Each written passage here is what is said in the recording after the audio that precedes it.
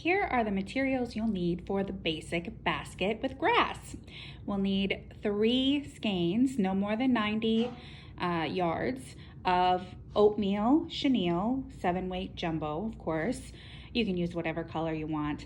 I went with the neutral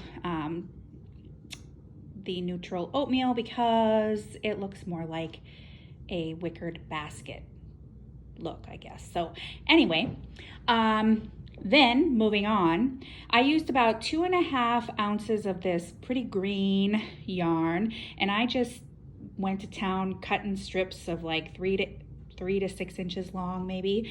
I did trim all of the ends and I sealed all the ends because I just can't help myself. What can I say? So I think it turned out to be about 70 pieces. And it took me maybe, I don't know, 20 minutes. So it really didn't take me too long. I used Fray Block because it just worked a lot quicker for me. I started doing the burning and then I was like, oh, forget this. I'm using Fray Block, and yep, it went much faster.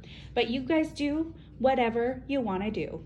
Okay, so then you'll also need a tape measure because you can make your basket as big or small as you would like. Okay, I'll be making mine about 15 inches, but you know, you can stop at a smaller diameter or continue on with a larger diameter if you need to. Okay, so you'll also need a scissors. You'll need a stitch marker. That's just something I use with this big chunky stuff. It's kind of like a clamp. I love this thing. Let me see, sorry. Oh, it's hard to open sometimes, but yeah, it's a nice little clamp that goes right into the loop of a stitch. And some upholstery thread. If that's how you like to secure your yarn, okay? So that's all you need for the basic basket with grass.